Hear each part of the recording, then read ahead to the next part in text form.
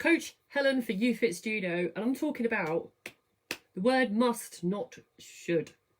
Must, not should. Oh, I have to say, I talk about should a lot. More than it. Oh, hello, Kate. There we go. Take 30 seconds, everyone. Kate's here. Sent out a search party, Kate. I was concerned. Literally, was a little bit anxious. I felt pressure in my chest that Kate's all right. I had a one-to-one say. It's like, no, I've killed her off. She's not even coming. It's a language one, Kate. Just for you, Kate. So I'm talking about must, not should. I think should has overtaken the word bingo than try. Try used to be the one for me. Although I did call it out today as well with another client. Try used to be my number one offender. I've learned during lockdown, towards the end of lockdown, should is like, if you had a bingo card, a word bingo card, I think I'd have just should in every single box. So it's bingo, bingo, bingo, bingo, bingo, bingo. House! Quite quickly. Yeah, it's should is, I think in life we do use should a lot. And I've gone over a couple of times. I'm going to recap it in a different context today. Just at the minute though, it's just all over the shop. And it's kind of the way I've heard it recently. If I'm going to give a working example of it, well, I'll tell you what it is, because I always start with a what, don't I? I always say, what is it? What is should? It's a rejection to some, it's a criticism and a rejection of the position you're in right now. So if someone uses the word should, they're criticising themselves for something they feel, yeah, look at that, feel, go and feel again, go in emotion.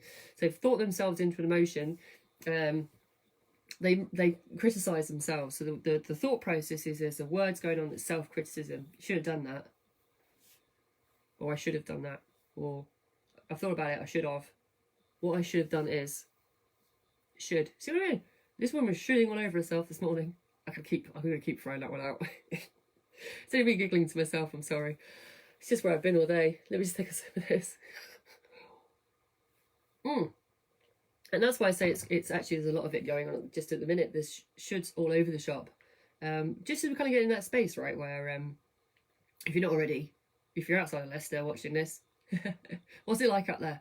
For everybody else, it's like very retrospective looking at the minute. There's very kind of a backwards thinking about a lot of stuff, like going, oh, I should have done that. I should have lost more weight. I should have trained more. I should have found a cure for some kind of disease. I don't know. I should have read more. I should have listened to more podcasts. I should have. So it's a criticism. Yes, it's a self-criticism. And it's also, I kind of touched on it a little bit. It is, how I put it is a rejection of where you are now. Okay, so it's a rejection of where you are now. I'm jumping ahead a step here. However, why do we do it then? Start with what, why? If it's a rejection of where we are now, it means that somewhere, I've talked about the roadmap before, somewhere you're at a position that doesn't fall in line with the roadmap. I've talked about this before, when I've talked about the roadmap itself, and remember I use this word a lot, should. I should have got a bigger pay rise by now, I should have a bigger car, I should have lost more weight, I should have done this or that. Hey, Heather, Coach Heather is here. I'll come back for you, Heather, so I'll lasso you back into the fold, what's happening. So what we're doing is we're letting it fall in line or it's not. So very retrospective at the minute, everyone's going, should this, should that, should this, everywhere, right? Should. So this is what I say, it's overtaking should on the bingo of words that are self-criticising, has overtaken try. I should try and do that. Oh, imagine some put a sentence, I'll be like this. I'll literally start making a siren noise on the end of the phone. No. Right? So Heather, just to recap, so Coach Heather can get involved if she wants to put her 2 pence in. So Heather is just saying that must not should is the title. Must not should. In that, using the word should is a self-criticising tool of which we beat ourselves with. Should have done that. And also rejection of where we are now. And it's a rejection of where we are now. It's also means that somewhere in our lives is not falling in line with the roadmap that we created for ourselves. Also, this is one I've Kate's just dropped a clanger. That was like nails on a chalkboard. I feel that in my soul. Kate's comment right now, for people listening, I don't even know if I can say it. My teeth, Kate, my teeth. But I should try. Ooh. Oh, I feel like someone's walked over my soul. Never has a sentence had such a reaction live on a Facebook, but I should try. Feel my hairs. Kate, you killed me. This is an interesting one though, right? This is an interesting one about when we use language. And if you are somebody that doesn't understand that must, not should, right? I'm going to come back to it. I keep saying must, not should. If you've ever given someone advice in your immediate friend circle or close family, usually a partner, and you've been on the receiving end, let's try it this way. If you're on the receiving end and your partner said, what you should do is, doesn't your rebellious streak just come out like a mofo? Like, deliberately, you'll just do entirely the opposite, just because. I have so many clients who literally go, yeah, it's all right, actually. And this page this morning actually said the same thing. I said, can I just take a guess? Like, if someone says, like, should do you not want to just do, just for the sake of it, just for some giggles, just do entirely the opposite, to rebel against the advice you've been given, the directive you've been given, just because? You're laughing because it's true. And I know I'm laughing because I'm like, if someone says you should do this, I'm like, I can recognise it within me. I feel the flash of going, just because you said it, I'm not. And yet there seems to be like there's a good percentage of people, and if it's a certain age bracket, where they're like, yeah, just because I'm going to rebel now. I'm just going to rebel. Just because I can. Because you've used that word. And what's interesting actually thinking about it aloud about it is I wonder how much of it is we do it to ourselves. If you say to yourself, should, it's almost like you're rebelling against something you're telling yourself. That would be weird. Quite deep. Yeah. I wonder though, because it is true, we do rebel against other people saying the word should to us. So I wonder if we say it to ourselves, we end up rebelling against ourselves and not doing it anyway. It's hard work, isn't it? All this language stuff. So I talked about the roadmap though, and said when we're using should, it's predetermined, right? We decide on how life is meant to be at a pretty young age. And actually, if we're not somewhere on that scheme, we start using should. It's a bit like, if I use the roadmap as a lockdown, this is where it gets interesting, right? People looking backwards, right, going, what I should have done at the beginning of lockdown is, and like their roadmap is the whole of lockdown right now. It's very interesting. It is what's happening. It's happening on a smaller scale. They're saying, right, beginning of lockdown I was here, end of lockdown's coming, if it's not already. Lucky souls. Leicester. Yay! 24 hours, right? So we're coming to the perceived end of it, right? That this is what's happening. So this is why a lot of the should's coming out, because it's like lockdown is its own roadmap, which is predetermined or compared to other people. Like they seem to have lost weight during lockdown. I should have lost weight. Should have trained more, Helen. I didn't. Should. Again, no, it's very retrospective. So the thing is, what I did exercise to do with the client this morning, I've given a homework, interestingly, and this is something that you can do for yourselves, is starting to notice where the word should gets thrown out. In what context? What scenario? When are you using it? Because the thing is about should, as you said, it's always so retrospective. And yet there is a moment, I think, less so, when people go, "What I should," you do say to us, "I should do the Met class today." See how people do that? Like, I should do, like I said to myself, I should do a physio today. I don't do it because I think I'd irritate myself. Because I just say I'm going to do a physio today. Look, I'm giving away the secret.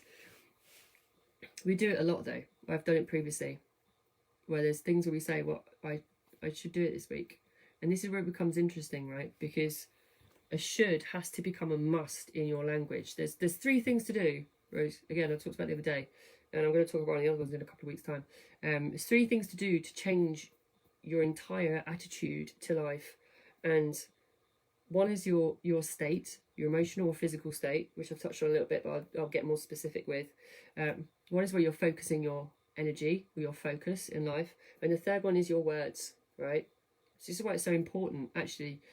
The thing about there's certain words, and this one is so important that I can't even say how important it is, because it can really wreck someone's attitude towards their journey. It can just devastate it if it's continuous, because it is so critical, as in self-criticizing, because it just does it over and over again. Just beat yourself down with it. You just beat yourself down with the should all day long. The thing is that if it turns into, it must be something where must, ironic, it has to turn into a must, because then it turns into, if I can't, then I must. If it's something you perceive you can't do, it's got to turn into a must, right? Your words and your language, you become your words. Lovely statement. Can't for the life of me remember who made it. It's true though. You become your words. So if you keep using words that are critical, you will criticize yourself. If you keep using words that are negative, you will become a negative person. You become your words. If you become words that someone who uses words like I need or I must, I've said need before, must is good though, I must do it. What do you become? You become a person who prioritizes. You become someone who takes action, right? A should becomes a must.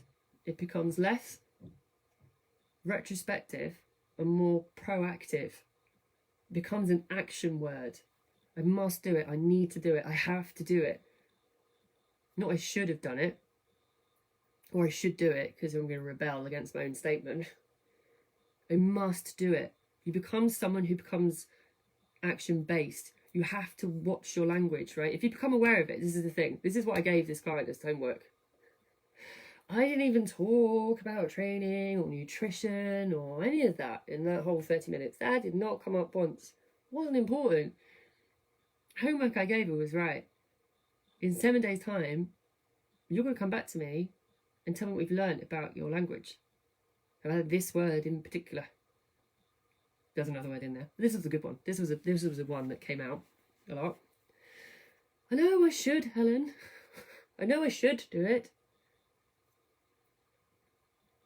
But the homework for you, if you're so inclined to do it, although I'd say everyone must be inclined to do it. See what I did there? Is to understand when you say this to yourself and become conscious of it. Because when you become conscious of it, it becomes knowledge. And what I talked about when I said knowledge, if you know it, knowledge is only powerful if you use it. If you don't do anything with that and continue on the same, if everybody says to me, I don't understand why I'm not getting a result, I should be getting a result. I'm trying to eat well. I enjoy exercise, but I know that person has other work to do in terms of changing, because I could ask them to eat protein with every meal for the next 3 years of their life. Actually though, they're not viewing themselves in a particular way, because what's happening is their language is giving them away, right? It becomes as clear as that. If someone's ready to change, they will start to change their language. If you're aware that you say to me, Helen, I don't know, I'm negative all the time. I criticize other people a lot. Why? Because you use that language with yourself. You're negative because you use negative words. You're critical because you use critical words. You start to, it's uncomfortable. I'm going to say that, like anything in life, it's uncomfortable to start with. It's like we did that hand thing the other day, right? It's like, ooh, that does not feel good. Changing the thumbs over, right? For those who didn't catch it. Habits, do the same thing, let the thumbs lay. And I'm consciously just going to do it again and do it the other way. Ew. Same thing with changing your words from a should to a must. It's uncomfortable. It's awkward. Doesn't feel natural, because you're going against the grain of all the negative words and critical words you've used before. And guess what? You've not been actually doing the things that you need to do, because you're not using words that are affirmative for action. You're using words that keep you where you are. This is the thing. This is where I talked about a client who's not in the space to do this, or doesn't yet register it, is because they're not in the place to change yet entirely. They're not ready. A should box. Kate's saying a should box like a swear box. Oh, yeah. Wow. I will stop someone mid-flow in a conversation to to just stop. Whatever the topic was, if I hear it, Kate, I'm like this. Let's just take a moment just to pause and just go back over what you just said. Once, I actually, not relatively recently, actually, the last month, I actually stopped listening to what the client was saying entirely. Can't lie. I actually just did a little bar chart of how many shoulds I heard. There was 5. It wasn't a minute, or even less than a minute. There was 5. 5. That's a lot of criticism.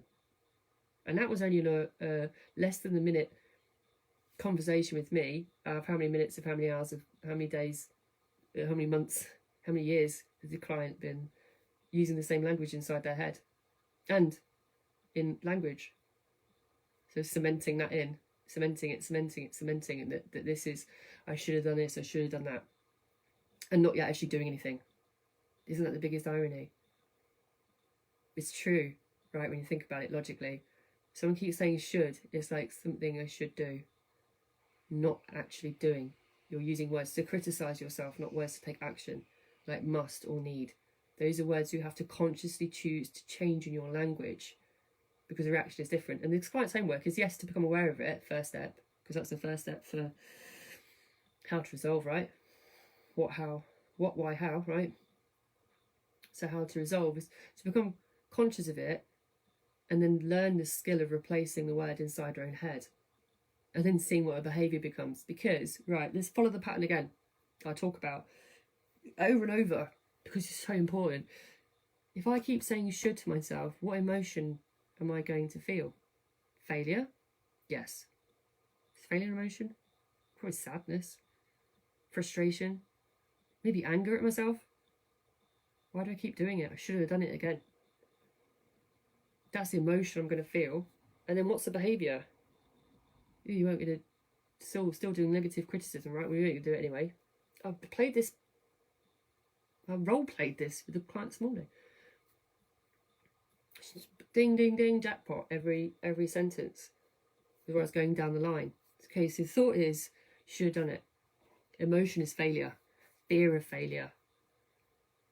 Scared of failing. And then the behaviour, eat, soothe, feel better, take the edge off the emotion and stay comfortable as well at the same time. Not change, not take action.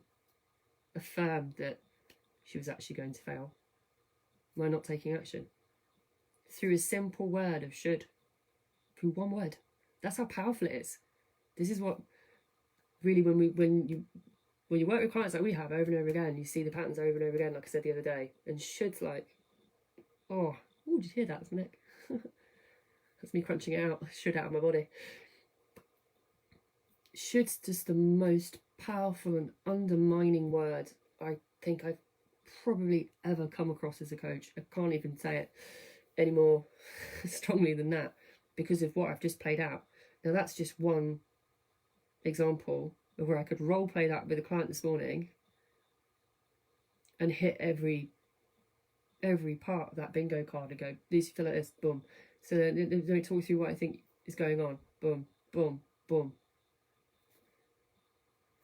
And yet again, this is something that's played out time and time again internally. So it's important. Good news is you can take action though, right? That's the point of changing should to a must. Because then what happens? So we play that flow, right? So I should do Met class. I must do Met class today. Yeah, I feel like I'm taking some control there. I don't feel frustrated. I must do it. Have to do it. Need to do it. I need to do Met today. I'm going to do it. Action. Do it. Take that as an example and play it to every single thing that you go, I should do that. What about something you want to do, like doing a course? I should look at that course. I need to do that course. I must do that course. Yeah, I'm going to do the course. Do the course. I must go on camera. I love this one. I should go on camera on I love this one, on Zoom for Met class. I know I should, because I'm taking it easy on Facebook. I need to go on Zoom today. Yes, you are. Now you're going to get on it. However, I'm laughing because it's a common one as well, because it was one that clients laugh about as well. The reality is that you can take this and apply it to anything that you haven't actually done. You haven't actually taken action on. You haven't actually practically gone out and done. And understand that it's all to do with your language, not whether or not the stars were aligned, or you had the time to do it, or the kids were shouting, or something got in the way, right? It's actually nothing to do with that. It's to do with your language. It's to do with the one word. Fascinating. And this is why I'm inviting you to do the homework. I'm inviting you to understand and experience it yourself. It's a fun one. Oh, and tell me about it. Because I'm fascinated by it. I'm fascinated to see what happens when someone starts to change, because of their language, because that's when they start to change who they are.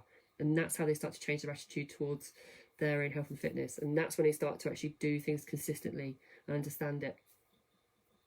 The really clients who get a different outcome in terms of their health, you listen to the language. No, what they say, it says it's on the live. It's not always what someone says, it's the words in the sentence. Must and need. Over should any day. Hey, it's recap time. So, I was talking about a client who's shooting all over herself. Just had to get it one more time. Still laughing at it. Can't help myself. I love it. So, I talked about why. Why do we use should? Because it's so criticising, it's unreal. You beat yourself to death with it, and we do. It's happening so much through lockdown at this point. And this is what I talked about it. I said we use it as criticism, and also because we like to reject, or want to reject, where we are right now. We think and feel we should be different to the roadmap I talked about in a previous live. That if we're not in the same place as our roadmap we thought we were meant to be by now, then that's it. We're just going to use that word over and over again, just because we love it. I don't know why we do. The thing is that actually, also I talked about the rebellious nature of it as well. When someone says should to most of us, we're like, well, no, I'm not. And yet, ironically, we say it to ourselves all the time. I did ponder out loud, and I think it's probably correct if I think of my own behaviours. If I say should to myself, I'm not going to do it anyway. Nah, I'm just rebelling against myself. Well, that makes sense. When we do it, right? I talk about noticing. So noticing it is part of the first stage. It's like, hi, my name's Helen. I use the word should. Owning it. Sit back down. Get a little round of applause. Yay!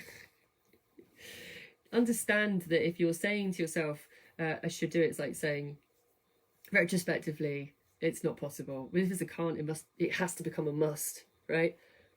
A must or a need, not a should. Because must and need are active words. They're not reactive or retrospective. They are action-based words. And you get done, right? Start to use it, practice it. What I said again is that knowledge is only powerful if you use it. If you don't use it, that's about as powerful as it is, right? Because you're not really using it. You're just going, I know that. Just going to put you down here and forget all about you. Move on, right? If you start to use it as comfortable as it is, or something, that's what that is. Ew, uncomfortable. Change the thumbs. Eek. It's uncomfortable. Repetitive behaviour, though, around it, understanding it changes your thoughts, words, emotions, behaviour. Which one do you want to change? Your thoughts, because they flow everything else. You said if you want to use words that are criticising yourself, you will become a critical person. You'll become frustrated and sad and angry, because that's your emotion. Your behaviour will be to affirm that and not change and not be proactive. So yeah, I told you we have to do it. If you're a negative person, you want to use negative words to yourself and negative words outside you. You become your words. Start to make the changes. Become aware. Use the homework. Use it. Just to see, right? Just to see what then happens with your behaviours. Because again, start with the words. Change your thoughts. Change your emotions. Change your behaviours. It's just straight down the line. Talking of which, ooh, I did make some massive notes, and I've got some massive notes on tomorrow's. It was so big, I couldn't even put it on the page. It's gone over to 2 pages. I've called it Self-Sabotage and the Truth. I'm looking forward to that one. I have to rewrite it. I've heard several times. I had a lot to say on that bad boy. So do join me. You should join me. Try and join me. You must join me tomorrow at 5. Shooting myself in the foot there. You have to join me tomorrow at 5 p.m. when I talk about self-sabotage, because it's so much fun. Trust me. So join you all tomorrow. Have a lovely evening. Ciao for now.